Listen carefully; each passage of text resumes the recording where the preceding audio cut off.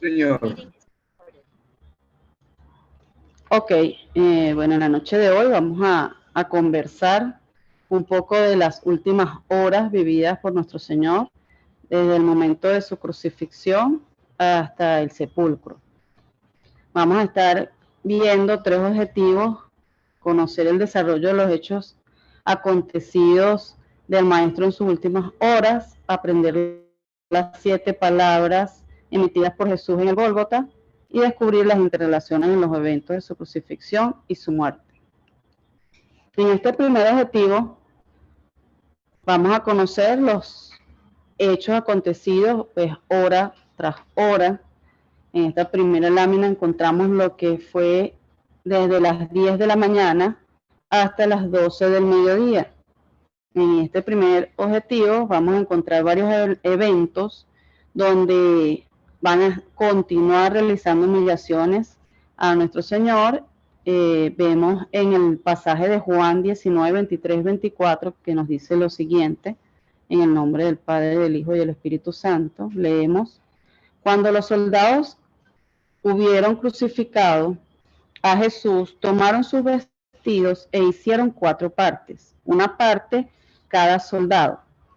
Tomaron también su túnica, la cual era sin costura, de un solo tejido, de arriba abajo. Entonces dijeron entre sí: no la partamos, sino echemos suerte sobre ellas, a ver de quién será. Esto fue para que se cumpliera la escritura que dice: repartieron entre sí mis vestidos y sobre mi ropa echaron suerte, y así lo hicieron los soldados. No solo, hermanos, sortearon sus vestiduras, sino que también continuaban las injurias, los insultos, las burlas, entre otras humillaciones. Vemos en Mateo 27, 39, 40 que aquí Mateo nos habla de que no se conformaban solo con clavarlo en la cruz, sino que aparte siguieron un terrible sufrimiento, donde agregaron insultos, agregaron burlas, y en ese momento pues estaban destruyendo el templo que era pues nuestro Señor Jesús.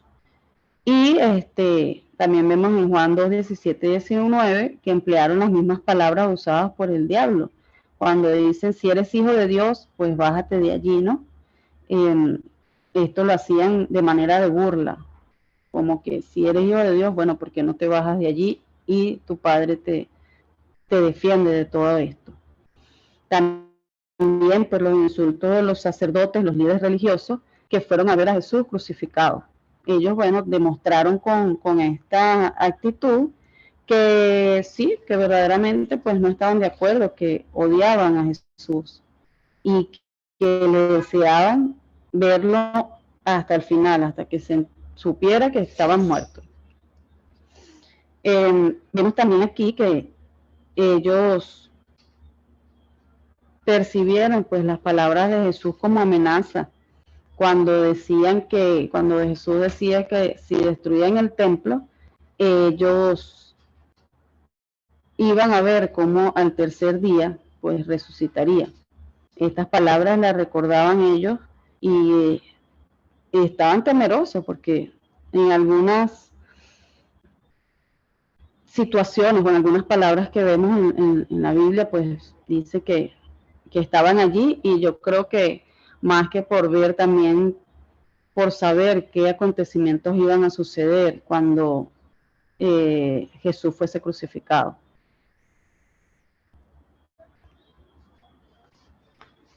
También aquí vemos que los líderes religiosos continuaban no solo con burlas, sino que creían que el maestro, después de haber hecho muchos milagros, después de haber hecho muchas señales respecto a la identidad que él tenía como hijo de Dios, ¿por qué no se bajaba de la cruz?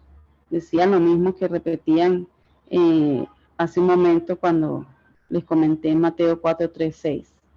Y ellos decían, bueno, porque querían evidencia, que querían ver cómo Jesús se bajaba de la cruz. Pero como nosotros ya sabemos que eso no iba a suceder. pero ellos no lo sabían, ellos estaban llenos de odio, ellos tenían su corazón como una roca, tenían su corazón de piedra, y pues no era para saber, para que ellos supieran todo lo que iban a suceder, ni reconocieran a Jesús, por supuesto. También estaban los insultos de los soldados, eso lo vemos en Lucas 23, 36, 37, que agregaban insultos, agregaban injurias, que a pesar pues que lo tenían colgado en la cruz, ellos lo seguían atormentando, lo seguían humillando, esa es la palabra, lo seguían humillando. Y por supuesto, pues sabemos que Jesús no podía descender de la cruz, y no porque no pudiera, sino porque era lo que se tenía que cumplir.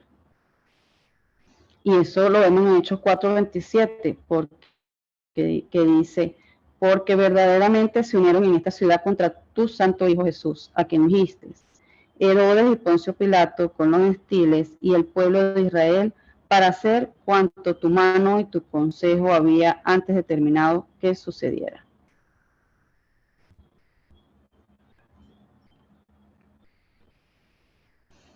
Vemos algo bien interesante que nos habla de los malhechores crucificados con Jesús.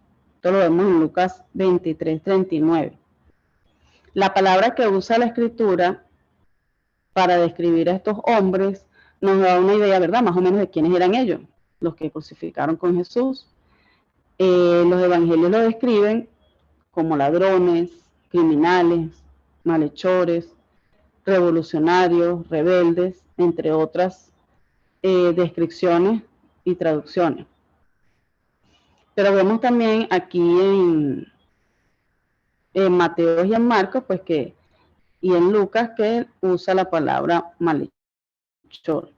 Sabemos que Jesús no merecía la pena que recibieron aquí estos dos personas que estaban allí con él.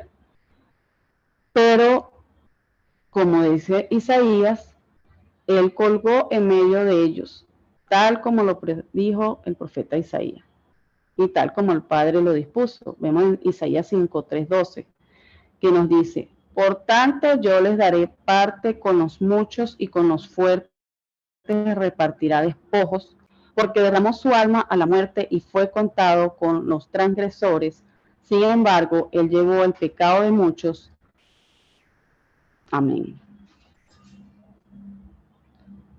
Pero uno de ellos, nos dice la palabra, que aceptó a Jesús, y que no solo lo acepta, sino le dice que se acuerde de él cuando él esté en su reino. Y si vemos aquí, entre estos ladrones crucificados, hay varias lecciones que pudiéramos quizás nosotros tener en la noche de hoy. Y una de ellas es que todos merecemos la muerte eterna, que ninguno es justo, ni uno solo. Esto lo vemos en Romanos 3:10-11. Vemos también que no importa cómo la sociedad juzgue lo grave de nuestros pecados en comparación con la santidad de Dios. Todos somos criminales, todos somos violentos, fuimos endurecidos, y todo el pecado que pudimos haber tenido en nuestra vida pasada. Todo nuestro pecado merecía la pena de muerte. Y esto lo vemos en Romanos 6:23, que dice que porque la paga del pecado es muerte. También podríamos aprender que no podemos hacer nada para salvarnos a nosotros mismos, nada. Fíjense aquí que solamente uno de los dos, que fue humilde, que estaba también clavado de la misma forma que estaba clavado Jesús, y no podía hacer nada. No podía caminar por el pasillo a ser bautizado como fuimos bautizados nosotros. No puede congregarse en una iglesia como lo hacemos nosotros. No puede realizar buenas obras porque ya está crucificado, no puede hacer nada de esto de lo que estoy mencionando. Todo lo que podía hacer era recibir a Jesús en sus últimos suspiros, por llamarlo de una manera. Y él vino muy humilde, con las manos vacías y con su corazón arrepentido y creyendo en quién era Jesús. Y en Efesios 2, 8, 9 nos dice, porque por gracia sois salvos mediante la fe. Y esto no es obra vuestra, es un don de Dios, no por obras, para que nadie se gloríe. También podemos ver otro aprendizaje, que Jesús murió por cada pecador. Ahí nos están presentando dos criminales que representan lo peor de la humanidad. Dos hombres malvados, que a nadie le importaba, pues, seguramente, pero está más allá de la gracia de Jesús. Él voluntariosamente sufrió brutalmente, como ya lo vimos en las clases pasadas, sufrió para cubrir el atroz de todos los pecados, del suyo, hermanos, y del mío, de todos nosotros. Y vemos en Romanos 5:8 que nos dice, pero Dios demuestra su propio amor por nosotros en esto, siendo aún pecadores, Cristo murió por nosotros.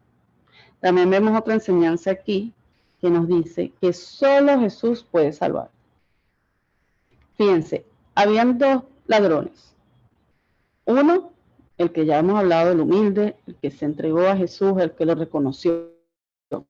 Y vemos el otro, el arrogante, el que se burló de Jesús, que incluso le dijo que probara su grandeza y que se salvase a él mismo y a ellos dos. Esto lo vemos en Lucas 23:39. Y sí, pues Jesús podía quizás haber convocado fácilmente a los ángeles para que vinieran, ¿verdad? Y lo ayudaran. Pero al salvarse a sí mismo, la humanidad no tendría esperanza para la eternidad. Y pues no sería cumplido pues la voluntad de nuestro Señor. Entonces Él fue el sacrificio y por su muerte pues pagó todas nuestras deudas, todo nuestro pecado. Y esto lo vemos en Hechos 4:12 cuando nos dice, y no hay salvación en ningún otro, porque no hay otro nombre bajo el cielo dado a los hombres en que podamos ser salvos. Amén. También vemos que ser neutro no es una opción. Aquí solo hay dos caminos. La vida con Jesús en el cielo o el juicio eterno en el infierno. Aquí no hay más nada, aquí no hay más para dónde coger. Entonces no podemos sentarnos y ver o ser neutro. Tenemos que elegir, tenemos que reconocer. Y toda elección pues va a tener una consecuencia, ¿correcto? O elegimos seguir a Jesús o elegimos la condenación. También vemos que Jesús pues en ese momento quizás pues no podía haber escuchado a nadie, sino estar en lo que estaba sucediendo, pero más sin embargo, él reconoció el pecado del ladrón y creyó en el testimonio de lo que él le estaba diciendo, de que lo estaba reconociendo. Él reconoció su corazón y pues lo vio que con esa humildad y con ese recibimiento pues le dice que se acuerde de él cuando esté en su reino. Eso lo vemos en Lucas 23:42 que dice, Jesús, acuérdate de mí cuando venga en tu reino. Y pues Jesús le confirma y le dice, de cierto te digo que hoy estarás conmigo en el paraíso. Lucas 23:43. Qué fuerte, ¿verdad? Y qué interesante cuando lo vemos desde otra perspectiva, porque siempre hemos conocido que hay dos ladrones, pues, pero nunca nos hemos sentado a ver pues otras perspectivas de esta situación. Vemos en la hora sexta que en Marcos 15:33 nos dice, las 3 primeras horas, a las 12 llega una espesa tiniebla que cubre toda la tierra. Y ustedes se podrán imaginar las 12 de mediodía, plena luz del día, oscurecerse y que todavía esto sea tiniebla. Yo me imagino que todo el mundo debe haber estado aterrado porque no sabía todo lo que estaba sucediendo. o lo que venía. Cuando se hizo esta tiniebla en toda la tierra, pues todas las multitudes quedaron se pasmaron, aterrados de miedo, porque, como les dije, era una hora, o sea, que a las 12 del mediodía, pues todo se oscureciera. Era algo de temer. Y solamente, pues eso era algo del poder de Dios. Todo esto sobrenatural que estaba sucediendo en este momento, y que no solamente estaba en ese momento, sino que iba a durar hasta las 3 de la tarde, que fue pues cuando sucedió que Jesús expiró. Entonces, durante estas 3 horas, el Señor se pronunció con este acontecimiento. Luego vemos, hermanos, en el objetivo 2, las 7 palabras emitidas por Jesús en el Gólgota. Aquí estamos viendo que desde ese momento, desde el momento a las 10 de la mañana, Él emite su primera palabra, que lo vemos en Lucas 23:34, y que dice: Padre, perdónalos porque no saben lo que hacen. Aquí el evangelista pues anotaron 7 palabras y las colocaron por orden de hora, por llamarlo así, a medida que, por lo menos esta palabra, a medida que fue clavada en la cruz, a medida que fueron pues colocándole los clavos, él pedía por todas esas personas que estaban allí haciendo la crucifixión. Padre, perdónalos. Pedía perdón por cada uno de ellos, porque realmente ellos no sabían lo que estaban haciendo. Luego vemos la segunda palabra de Lucas 23:43, que pues aquí es cuando el ladrón emite su palabra de súplica, que dice: acuérdate de mí cuando vengas a tu reino. La tercera palabra que nos dice Jesús la vemos en Juan 19:26-27, a eso de las 11 a 12 de mediodía, que varias mujeres pues se acercan a Jesús al lugar de la ejecución y se colocan al pie de la cruz. Allí pues manifestaron su devoción, ¿verdad? Su devoción a nuestro Señor, su tristeza. Fueron a presenciar y a estar con Él. Dicen que fueron varias mujeres, no dicen los nombres. Aquí vemos que el único que fue de sus discípulos, nos dice la palabra, que se encontraba era Juan, el discípulo amado. El Señor dijo primero esta palabra: mujer, he ahí tu hijo. Después dijo al discípulo: he ahí a tu madre. Aquí nos dice en el Evangelio que desde aquella hora el discípulo la recibió en su casa.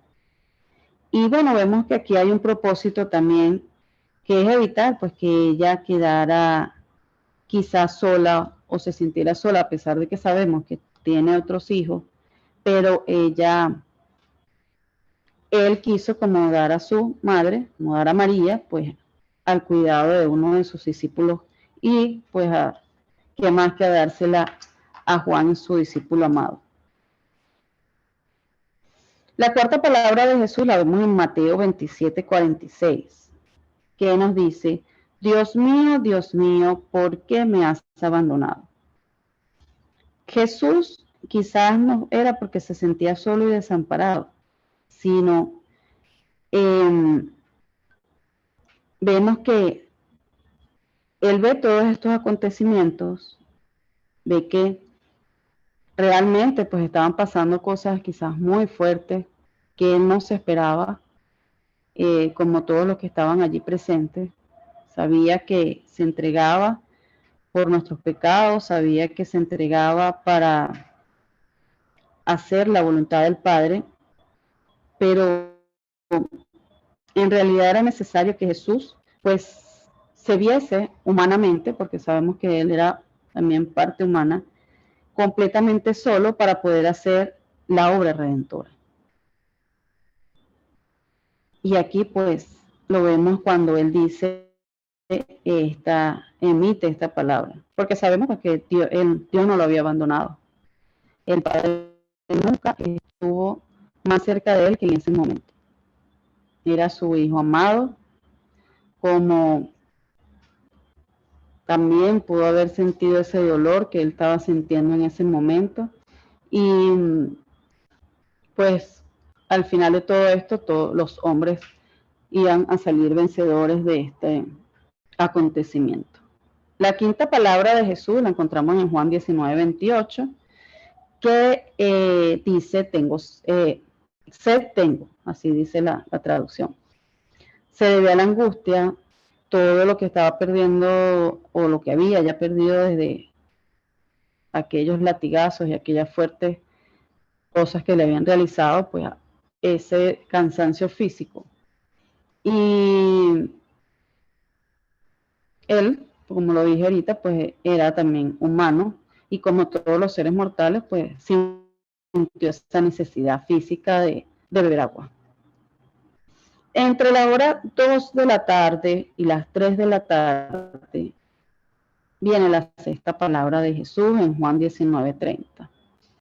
Y la sexta palabra, hermanos, nos dice que había vencido al diablo y ya no tenía miedo. Por eso gritó, consumado es. Esta expresión, consumado, se traduce o significa que fue llevado a su fin completo y perfecto. El propósito divino a lo que él había venido al mundo fue perfecto, fue completamente llevado a cabo en ese momento. Este es de mucho consuelo para todo el mundo porque la muerte de Cristo pues pagó el precio de nuestra redención. Y eso lo vemos en Hechos, en Efesios y en Primera de Pedro. En la séptima palabra de Jesús, en Lucas 23:4-6, vemos lo siguiente, que a medida que fue pasando las horas, las tinieblas empezaron a disparse. Como les dije, fue desde las 12 hasta las 3 de la tarde y ya estamos llegando a las 3 de la tarde. Esto fue pues dispersándose y nos dice aquí en esta última palabra, Padre, en tus manos encomiendo mi espíritu. Después de haber concluido pues su obra, él descansó, ¿no? Consumado.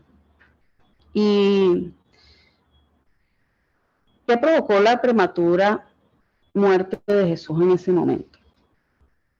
Bueno, aquí nos dice que puesto que 6 horas después de haber sido colocado, provocó la muerte prematura de Jesús.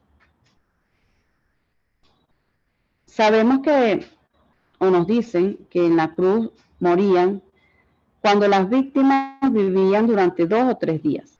A veces duraban así, dicen. Y la vida se le escapaba lentamente del cuerpo, poco a poco, eso era progresivo. Y la respuesta es que murió con el corazón quebrantado, debido a la ruptura de los vasos sanguíneos. Y dicen también que toda vez que la crucifixión no se afectaba los órganos vitales, a la muerte no era de inmediato. Pero cuando se experimenta un intenso sufrimiento emocional, los vasos de la sangre se revientan y ocurre la muerte. Los pecados del mundo, hermanos, los pasados, los presentes, los futuros, quebrantaron su corazón. Y los pecados del mundo los llevaron por sí a la muerte. Hasta aquí vamos bien, hermanos. ¿Tienen alguna pregunta hasta este momento? Antes de pasar al objetivo 3. O algo Vamos bien, profe, gracias. que quieran acotar. Ok, muy bien. El objetivo 3 nos dice descubrir las interrelaciones de los eventos de crucifixión y muerte. Ya esto es pasada de las 3 de la tarde hasta las 6 de la tarde. En este evangelio vamos a ver que nos describen ahora sucesos de terremoto, el velo rasgado, la resurrección y las tumbas abiertas, entre otros eventos importantes. Y aquí hablamos un poquito de lo que conversábamos la semana pasada con la pregunta de nuestro hermano José. Aquí el velo es rasgado. Y en el templo habían dos velos o cortinas. Una estaba frente al altar del incienso, a donde los sacerdotes accedían cada día. Y otro era el que separaba las zonas reservadas a los sacerdotes, o sea, a los santos de los santos, el sumo sacerdote. Y él, pues, una vez al año, era el que podía pasar en el día de la expiación. Esto que sucedió fue un símbolo impresionante, el velo rasgado. Esto había pasado a través de la muerte y la presencia de Dios. ¿Por qué? Porque como hablábamos la semana pasada, ahora no se necesita ningún sacerdote terrenal para rogar por nuestro perdón. Cualquiera puede entrar a la presencia de Dios por medio de la sangre de Jesús derramada en la cruz. Esto lo vemos en Romanos 6:23. Todavía hoy en las sinagogas hay colocado un velo en un armario sagrado que cubre como un armario sagrado donde se conservan los rollos del Torá. Con todos estos acontecimientos, con todas estas noticias, pues somos capaces hoy en día de entender la grandeza, ¿verdad? Y la cualidad extraordinaria de todos los eventos que hemos ido pues conversando hasta este momento. Y al cual Mateo pues nos describe también y une el terremoto, lo une con el rasgado y también lo une con la resurrección de los cuerpos sepultados.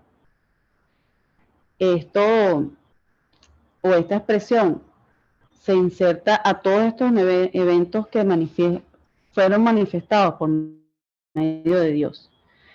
Enmarca, hermanos, el último respiro de Jesús. En el último respiro de Jesús, pues vemos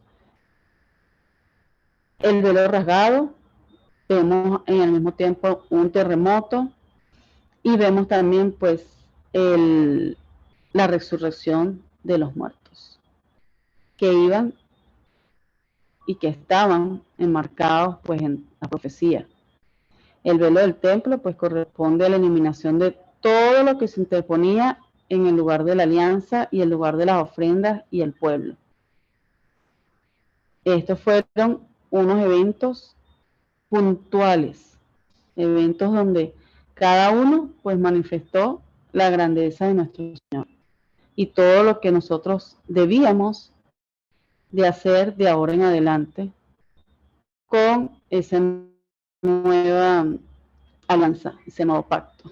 Amén. Vemos también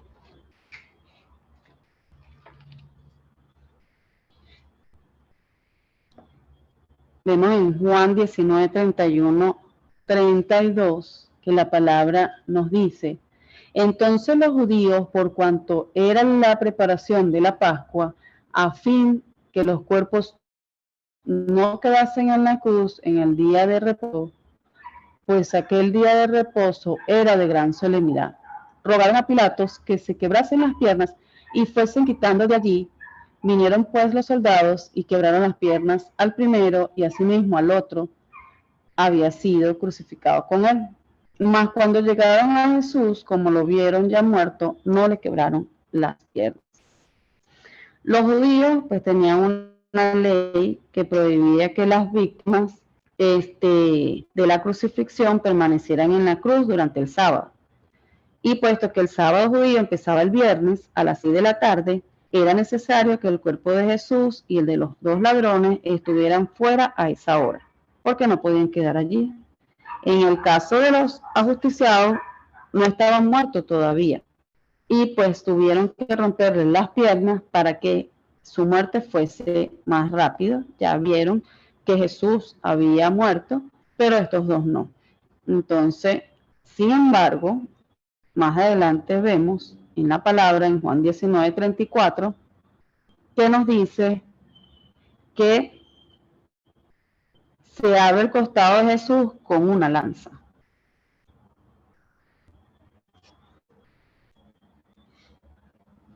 ¿Esto por qué? Ellos pensaron que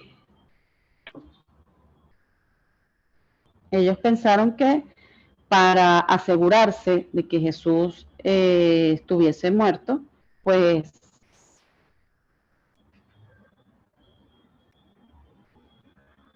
como dice aquí Juan 19:34, uno de los soldados le abrió el costado con una lanza y luego salió sangre y agua. Ellos quebraron las piernas de los otros dos y vinieron y con una lanza abrieron el costado o apoyaron el costado con una lanza y resulta que salió sangre y agua. Aquí vemos en esta representación del agua y sangre la redención. Y la redención pues constituye al cristianismo que reconoce a Jesucristo como el Redentor. ¿Por qué? Porque murió en la cruz para salvar a la humanidad de la muerte y abrirle las puertas del reino de los cielos. Y este fue un sacrificio de amor por todos nosotros. Esta misericordia de nuestro Señor Jesús brota precisamente en ese momento, en el que es traspasado por la lanza del soldado, entregando su sangre y agua. La sangre que nos libera y el agua que nos purifica. Desde ese instante, pues, recibimos la verdadera misericordia de nuestro Señor. Y vemos en Ezequiel 36:25 que dice, esparciré sobre vosotros agua limpia y seréis limpiados de todas vuestras inmundicias y de todos vuestros ídolos os limpiaré. Amén. Luego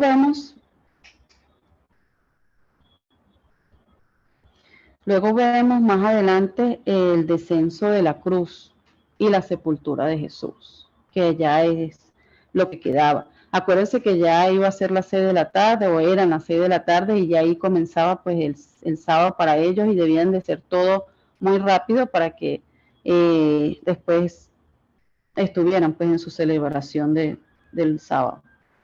Y este descenso lo vemos en Mateo, en Marcos, en Lucas y en Juan. La disposición de los cuerpos después que morían crucificados era un problema, porque entonces, ¿qué hacían con el cuerpo? ¿Dónde echaban el cuerpo? Y pues vemos que aquí la palabra nos dice que José de Arimatea era amigo de Jesús, era un hombre piadoso, un hombre que tenía una buena posición y que pues tenía, según dice la palabra, nos dice aquí, que tenía un sepulcro nuevo, un sepulcro donde no lo había usado. Y si vemos por la posición que tenía, José de Arimatea, pues quizás era un sepulcro pues que tenía no solamente que estaba vacío, pues sino que tenía todo disponible para hacer la sepultura del Señor. Este pues se encontraba cerca del lugar de la crucifixión y miren hermanos, todos no dudamos de que el Señor pues hasta eso también lo tuvo diseñado para que José pues Arimatea no solamente lo ayudara, sino que el sepulcro quedara pues muy cerca de la crucifixión, donde fue la crucifixión. Luego también nos dicen que había otro hombre que fue a asistir, pues que aparte de que ayudaron con el descenso de Jesús a la cruz, también lo prepararon para hacer la sepultura. Muchos dicen que era Nicodemo, el primer hombre que fue a hablar con Jesús una noche para conversar acerca del nuevo nacimiento. No sé si lo recuerdan. Pues ellos lavaron el cuerpo, lo embalsamaron, le echaron un compuesto para que, bueno, durara para que cuando pasaran los días, pues pudieran venir a seguir pues con vamos a llamarlo con este ritual. Ellos pues lo envolvieron en una sábana Y dice la palabra que una sábana de lino blanco. Ellos pues hacen todo lo previsto para la sepultura y lo dejan y tapan la roca. Esto era, dicen, eran agujeros que excavaban de rocas, y las rocas con que tapaban los sepulcros, pues súper pesada, era algo bien, bien fuerte, donde por lo menos un solo hombre no podía pues abrir. Después que es sepultado, y en los 3 evangelios nos hablan de la fidelidad del grupo de mujeres. Ok, me están diciendo que quedan 3 minutos. No sé si... ¿Sigo? Ok. Bueno, en los 3 evangelios nos hablan de la fidelidad de las mujeres, de María Magdalena, de María la madre de José, y María, que fueron 2 de las que observaron pues cuidadosamente todo lo que pasó en la crucifixión. María Magdalena y María la madre de José miraban pues todo donde lo ponían, y aquí en Mateo nos dice que ambas estaban sentadas delante del sepulcro. Aquellas mujeres fieles, aquellas mujeres que amaban al Señor hasta su último suspiro, lo acompañaron y seguían acompañándolo. Luego vemos más adelante que la palabra nos dice que la guardia la colocan fuera del sepulcro en Mateo 27, 6266. En Mateo 27, 6266, que nos dice que los juicios que dieron a Pilatos, o sea, los que mandaron a que Pilatos pues crucificara al Señor, fueron a donde él y le dijeron que quizás aquel engañador pues después de 3 días, como decía, resucitaba. Pues manda mejor a cuidar el sepulcro, manda a tus guardias, porque puede ser que lo saquen sus seguidores y entonces vengan a decir que él resucitó después de los 3 días, o al tercer día, es más o menos la misma traducción, o en 3 días, o al tercer día, o después de 3 días. Pues bueno, esa noche, o desde ese día, dejaron a unos guardias custodiando el sepulcro. Desde estas maneras, hermanos, terminamos lo que es las últimas horas de nuestro Señor. Queda muy poquito tiempo ahorita, que resta menos de 1 minuto. Vamos a salirnos y pues vamos a volver a entrar. No sé si quieran hacer una pregunta o la dejamos para el final, o alguna acotación. Vamos a salir y volver a entrar.